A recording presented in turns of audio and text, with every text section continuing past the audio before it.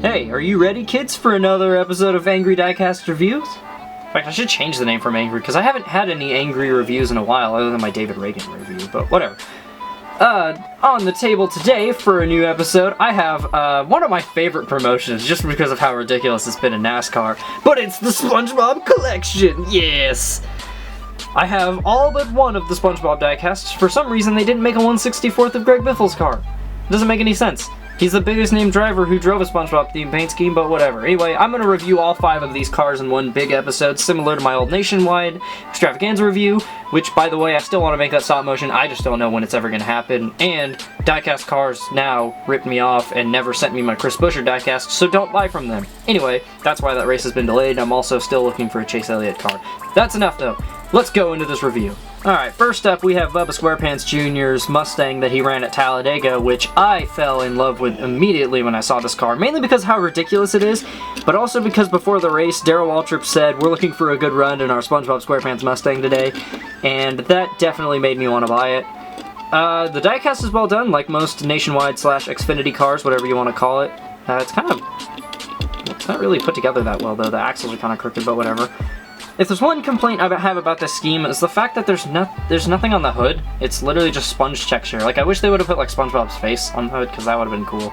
But, it looks good. It's got all the all the characters all over the back, and, I like it a lot. Alright, next up is Casey Muir's Squidward car. This one looks really cool, too. The only problem I have with this scheme is there is a noticeable line right above or right next to the headlight, I should say. It's kind of hard to, can't get it to focus in right because I suck at using this camera. But that's really the only flaw with this car.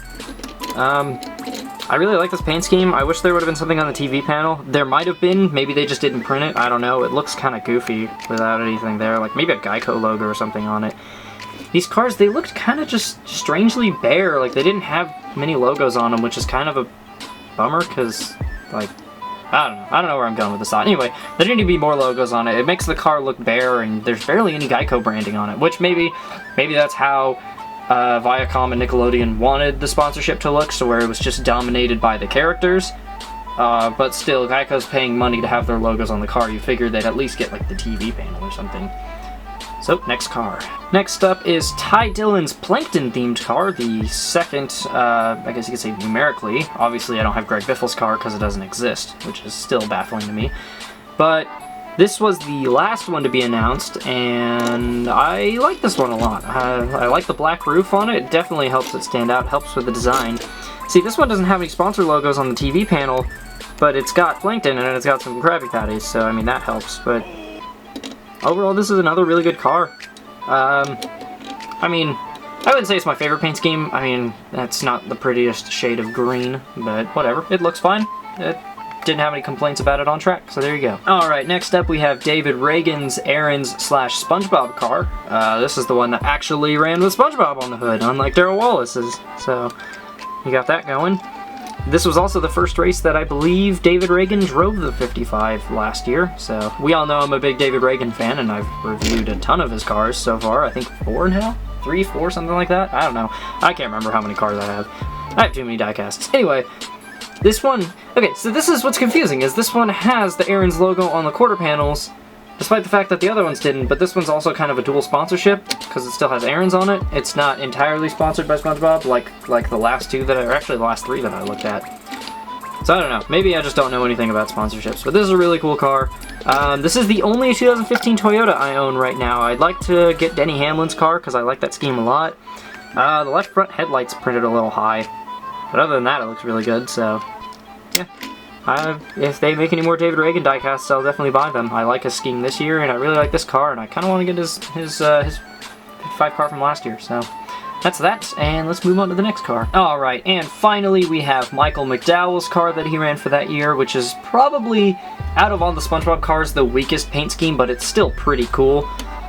I also found it kind of baffling that they had Larry on the car instead of, like, a more common character like Sandy or whatever, but whatever, you know? It added to it. Having, like, Danica drive a Sandy car would have been cool, and there's something stuck on the bottom of my car. What the hell? There we go. Also, having the yellow number on the yellow TV panel is kind of a mistake, and the tail lights kind of blend in. This one's done really well, and I freaking love the Ford Fusions. Other than the left for the right front headlight, looks like it's printed too high. Maybe that's just the molding of it. All I know is the headlights aren't symmetrical. You can see the right front's higher than the left front. I don't know if it's supposed to be that way, but it doesn't look right. Anyway, this car's really cool. I like the normal WRL paint scheme.